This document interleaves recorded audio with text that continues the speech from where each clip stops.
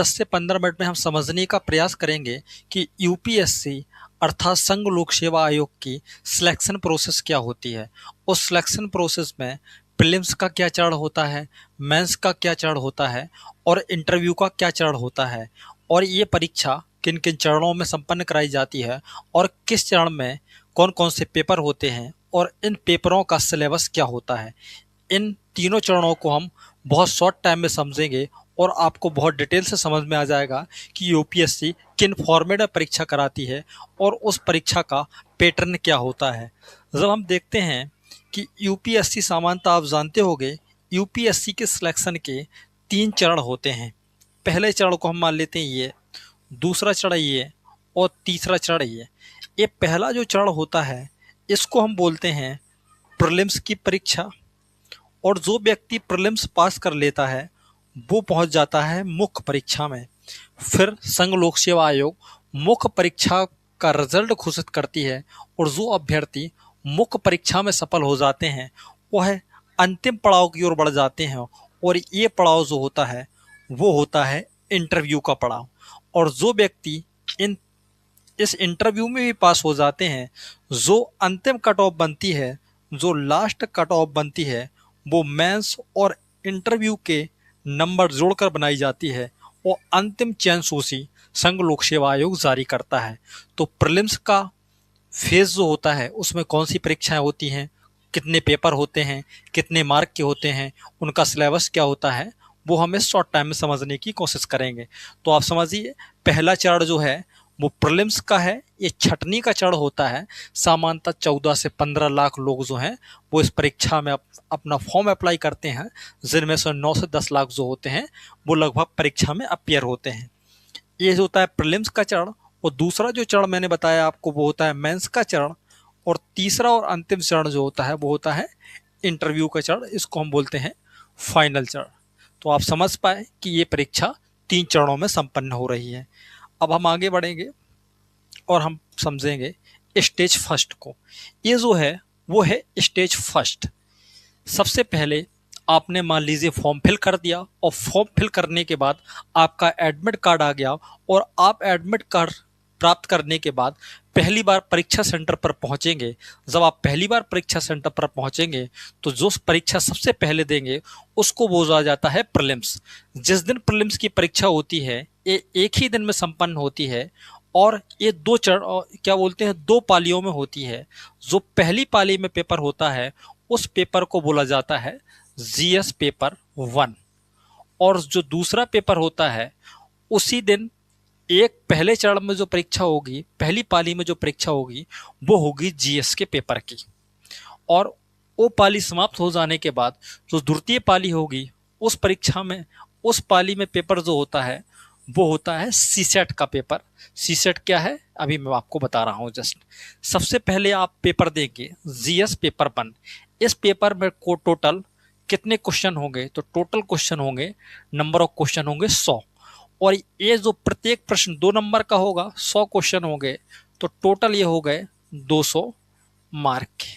तो आप देख पा रहे हैं 200 अंक, 2 अंक प्रति प्रश्न, 2 घंटे का समय मिलेगा आपको। कट ऑफ इसी के आधार पर तय की जाएगी। अब हम आगे आपको बता दें, ये है सीसेट का पेपर। सीसेट में के विषय में जो होते हैं उसमें comprehension, logical reasoning, basic number सी, मूल संख्या। आज वर्तमान दौर में हिंदी मीडियम के लिए सबसे बड़ी अगर कोई चुनौती है तो वो चुनौती है सीसेट की। सीसेट आपको बहुत सरल लग रहा होगा क्योंकि इसमें मात्र 28 प्रश्न होते, सॉरी 80 प्रश्न होते हैं, और उस 80 प्रश्न में प्रत्येक प्रश्न 2.5 नंबर का होता है, इसलिए इसके टोटल नंबर इसके भी 200 होते हैं। ये भी 2 घंटे का होता है, लेकिन सामान्यतः इसमें यह होता है कि इसमें आपको मात्र 33% नंबर लाने होते हैं। मतलब ये मात्र आपकी एक पासिंग परीक्षा है, आप इसको मात्र पास कर लीजिए। इसके नंबर प्रीलिम्स की जो परीक्षा होती है उसकी कट ऑफ निर्धारण करने में नहीं जुड़ते हैं। चाहे आप सीसेट में 200 नंबर में से 200 लेकर आए हों, चाहे 150 लेकर आए हों, चाहे उसमें 70 नंबर लेकर आए हों, सिर्फ आपको 33% नंबर लेकर आना है, अर्थात 66 नंबर लेकर आना है। आप इस परीक्षा में मात्र पास हो जाइए बस। जो मुख्य परीक्षा है, जो परीक्षा है वो है जीएस पेपर फर्स्ट की, क्योंकि इसी के आधार पर आपकी कट ऑफ बनाई जाती है। इसी के आधार पर कट ऑफ बनाई जाती है। जो 200 नंबर होते हैं, 100 क्वेश्चन होते हैं, आप इसमें जितने क्या बोलते हैं सही करेंगे, उसी के आधार पर आपकी कट ऑफ निर्धारित होगी, ना कि सीसेट के आधार पर। सीसेट मात्र एक क्वालिफाइंग परीक्षा है। आपने इस परीक्षा में मात्र 33% नंबर ला दिए, लगभग 27 से 28 क्वेश्चन प्लस आपने सही कर दिए, तो आप समझ लीजिए सीसेट के पेपर में पास हो गए। और सीसेट के पेपर में पास हो गए और आपकी जो कट ऑफ है वो इसके आधार पर बनाई जाएगी। और इसके जो विषय अगर देखे जाएं तो इसमें हर विषय शामिल होता है, क्योंकि संघ लोक सेवा आयोग ने या किसी स्टेट पीसीएस ने जो प्रीलिम्स में जीएस की परीक्षा होती है उसका सिलेबस जो है वो बहुत डिटेल में नहीं लिखा है, सिर्फ शॉर्ट में लिखा गया है। अगर शॉर्ट में देखना हो तो उसमें लिखा है भारतीय इतिहास एवं राष्ट्रीय आंदोलन, भारत एवं विश्व का भूगोल, राज्य व्यवस्था, आर्थिक और सामाजिक विकास, पर्यावरण, इकोलॉजी एंड करंट अफेयर, इतना ही लिखा गया है। इसमें लगभग आपको सभी सब्जेक्ट पढ़ने होते हैं और इसी के आधार पर आपकी प्रीलिम्स की कट ऑफ तैयार की जाती है। अगर आपने इस परीक्षा में अच्छे मार्क्स आए तो आप प्रीलिम्स पास कर जाते हैं, और जैसे ही आप प्रीलिम्स परीक्षा पास करते हैं तो आप यूपीएससी के द्वितीय उस चरण में पहुंच जाते हैं जिसका नाम है मुख्य परीक्षा, जिसे मेंस के नाम से जाना जाता है। अब मान लीजिए आपने प्रीलिम्स पास कर लिया और आप पहुंच गए मेंस की परीक्षा में। मेंस की जो टोटल परीक्षा होती है वो होती है लिखित परीक्षा। वो परीक्षा कैसी होती है? तो वो परीक्षा होती है लिखित परीक्षा। तो ये परीक्षा है लिखित परीक्षा। और जो प्रीलिम्स का जो चरण था वो था ऑब्जेक्टिव। जो अभी आप ये देख रहे थे, ये जो परीक्षा थी, ये परीक्षा थी ऑब्जेक्टिव प्रतिकृति की। मतलब आपको 4 विकल्प मिलेंगे, उसमें से एक विकल्प आपको अपनी ओएमआर सीट में फिल करना होता है। जबकि ये परीक्षा जो है मुख्य परीक्षा लिखित परीक्षा है। इसमें लिखा हुआ है कि 5 दिन तक ये परीक्षा चलेगी और उसमें 9 पेपर होंगे। 9 पेपर में आप 2 स्टेज समझिए। एक स्टेज में 2 पेपर कराए जाते हैं, जिसमें एक पेपर इंग्लिश का और एक पेपर किसी क्षेत्रीय भाषा का, अर्थात संविधान की 8वीं अनुसूची में वर्णित कोई भी एक भाषा का। ये जो परीक्षा होती है वो 300 नंबर की होती है। उसमें से आपको न्यूनतम 25% अंक लाना होता है। मात्र ये परीक्षा भी मात्र क्वालिफाइंग स्तर की है। मेंस परीक्षा को आप 2 स्टेज समझिए, एक स्टेज ए, एक स्टेज ए। इस स्टेज के जो नंबर है वो मुख्य परीक्षा में नहीं जुड़ते हैं। जिस प्रकार सीसेट मात्र क्वालिफाइंग है, उसी प्रकार ये भी मात्र क्वालिफाई है। अगर आपने इसको क्वालिफाई कर लिया तो आप समझिए कि आप इसके पात्र हो गए। अब मेंस का जो दूसरा फेज है वो है मेरिट के आधार पर। इसी के आधार पर आपकी मेंस की कट ऑफ निर्धारित की जाएगी। इसका मामला क्या है? ये जो टोटल परीक्षा है ये कितने नंबर की होगी? तो टोटल जो परीक्षा है वो होती है 1750 नंबर की। अब 1750 नंबर में कौन कौन से पेपर होते हैं मैं वो आपको बता रहा हूं। इसमें जीएस के 4 पेपर होते हैं। मेंस में आप समझिए, यहां मेंस को आपने 2 स्टेज में बांट लिया, एक स्टेज ए और एक स्टेज 2। इसमें जो 2 पेपर हुए आपके 300 नंबर के, 300 के नंबर के, एक पेपर हुआ आपका इंग्लिश का और एक हुआ अन्य भाषा का। इनमें अन्य भाषाएं, इसमें आपको क्या करना है? इसमें आपको मात्र पास होना है। मात्र पास होना है, वो भी कितने परसेंट अंक से? 25%। अगर आपने इसमें 25% मार्क ला दिए तो आप ये परीक्षा में की स्टेज को पास कर गए। लेकिन जो आपके नंबर जुड़ेंगे वो वास्तव में मेंस के दूसरे स्टेज वाले में जुड़ेंगे। और इसमें देखिए आप, ये जो टोटल परीक्षा है वो कितने नंबर की होगी? तो वो होगी 1750 नंबर की। 1750 नंबर में कौन कितने नंबर के पेपर होंगे?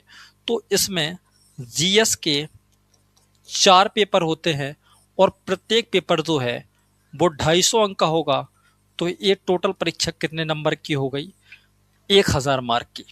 और वहीं एक पेपर जो होता है वो होता है ऐसे का, अर्थात निबंध का, वो परीक्षा भी 250 की होती है, तो टोटल नंबर हो गए 1250। और आपको उसके बाद एक ऑप्शनल चुनना होता है, आप जो भी सब्जेक्ट का ऑप्शनल चुनना चाहें उसको चुन सकते हैं। उस ऑप्शनल पेपर के भी 2 पेपर होते हैं और दोनों पेपर 250 नंबर के होते हैं, तो 500 नंबर ये भी हो गए, इसलिए टोटल नंबर हो गए 1750। ये जो जितनी भी परीक्षा है, ये टोटल परीक्षा क्या हो रही है? ये परीक्षा जो हो रही है वो लिखित हो रही है, ना कि ऑब्जेक्टिव हो रही है। तो मेंस में जीएस के 4 paper, GS 1, GS 2, GS 3, GS 4 जो होता है वो एथिक्स का पेपर होता है, और ऐसे का एक पेपर, और उसके बाद ऑप्शनल के 2 पेपर 250-250 नंबर के। इस प्रकार 1750 नंबर का मेंस का होगा, और उसके बाद 275 नंबर का लास्ट में इंटरव्यू होता है। 2025 नंबर पर आपकी अंतिम चयन सूची जारी की जाती है, और मेंस में कौन कौन से सब्जेक्ट होते हैं वो मैं आपको इसमें बता रहा हूं। अब देखिए, आपने देखा जीएस पेपर 1, 2, 3, ये 750 क्योंकि 250 नंबर के हैं। एक जीएस पेपर का 4 जो होता है जिसको एथिक्स बोलते हैं, तो 1000 नंबर के। 250 नंबर का निबंध 1250 नंबर, और 2 वैकल्पिक विषय होते हैं, उन वैकल्पिक विषय के भी 250 नंबर के 2 पेपर।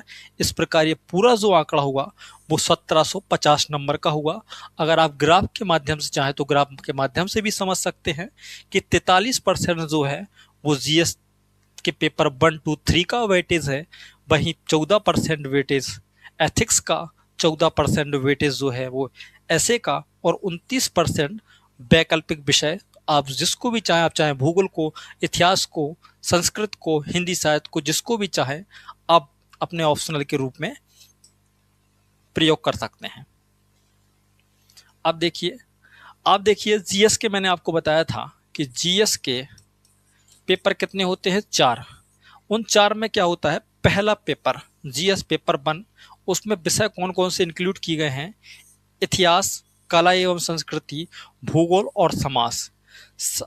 सभी आपस में जुड़े हुए हैं क्योंकि भूगोल का प्रभाव हर सब्जेक्ट में पड़ता है। तो जीएस का पेपर का जो 1 होगा उसमें कौन कौन से सब्जेक्ट होंगे?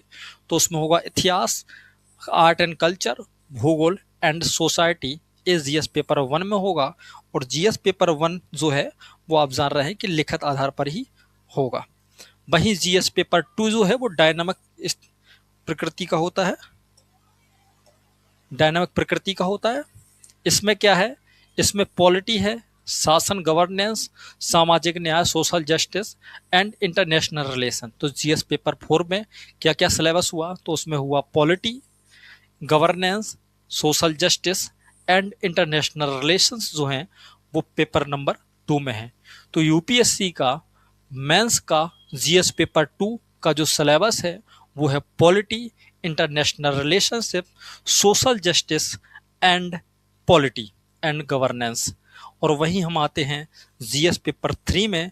तो जीएस पेपर 3 में इकोनॉमिक्स, पर्यावरण एनवायरनमेंट, साइंस एंड टेक एंड आंतरिक सुरक्षा, अर्थात इंटरनल सिक्योरिटी।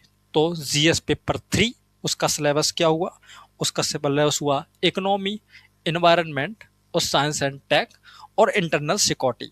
वहीं जीएस पेपर 4 जो है वो ह्यूमन इंटेलिजेंस अर्थात एथिक्स का पेपर है। एथिक्स का पेपर यूपीएससी ने इसलिए ऐड किया था अपने सब्जेक्ट, अपने सिलेबस में, जिससे वो ऐसे लोक सेवक चुन पाए जो ईमानदार हों, सत्यनिष्ठ हों, इसलिए जीएस पेपर 4 ऐड किया गया था। वहीं अगर हम और आगे बढ़े तो इसी में आपने देखा होगा जीएस पेपर 4। अब अगर इसी में देखें और हम देखें तो जो ऑप्शनल का जो पेपर होते हैं, ऑप्शनल के 2 पेपर होते हैं, पेपर 1 एंड पेपर 2। ये भी 250 नंबर का और ये भी 250 नंबर का। तो ये दोनों मिलकर बन जाते हैं 500 नंबर के। और 250 नंबर का ऐसे प्लस 1000 नंबर के जीएस, तो टोटल हो जाते हैं 1750 मार्क। अब 1750 मार्क्स जब हो गए तो इसी 1750 के आधार पर यूपीएससी मेंस का रिजल्ट घोषित करती है, और जो कैंडिडेट मेंस में सफल हो जाते हैं वो कैंडिडेट यूपीएससी के अंतिम पड़ाव की ओर बढ़ते हैं, जिसका नाम है इंटरव्यू। इंटरव्यू, ये जो इंटरव्यू है वो 275 नंबर का है, और 275 नंबर के लिए आपको इंटरव्यू पैनल के सामने प्रस्तुत होना होता है और आपसे बहुत सारे प्रश्न पूछे जाते हैं। और इन 275 नंबर, ये 275 और 1750 जो है वो मेंस के टोटल हो जाते हैं 2025 नंबर। इसी के आधार पर यूपीएससी अपना अंतिम परिणाम घोषित करता है, और मेंस का जो रिजल्ट होता है वो सामान्यतः 50% के लमसम में टॉपर हो जाता है।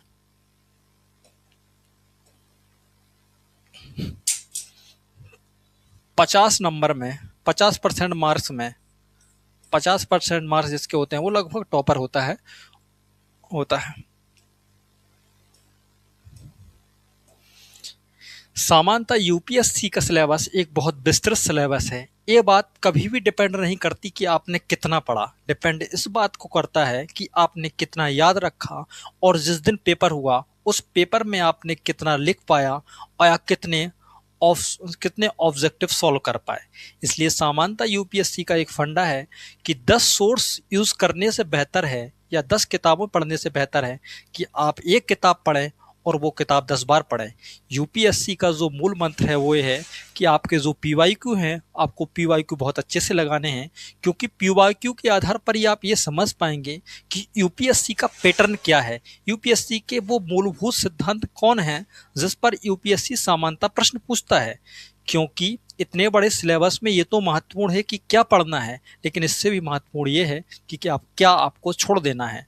क्योंकि अगर जब आप न्यूज़पेपर उठाते हैं तो न्यूज़पेपर में सामान्यतः जो हिंदी मीडियम के न्यूज़पेपर होते हैं, चाहे वो हिंदुस्तान हो, दैनिक जागरण हो, अमर उजाला हो, उसमें सामान्यतः बे खबरें छपी होती हैं जो सामान्यतः पेड होती हैं, या वो खबरें छापी जाती हैं जिनका यूपीएससी जैसे एग्जाम से कोई लेना देना नहीं होता है।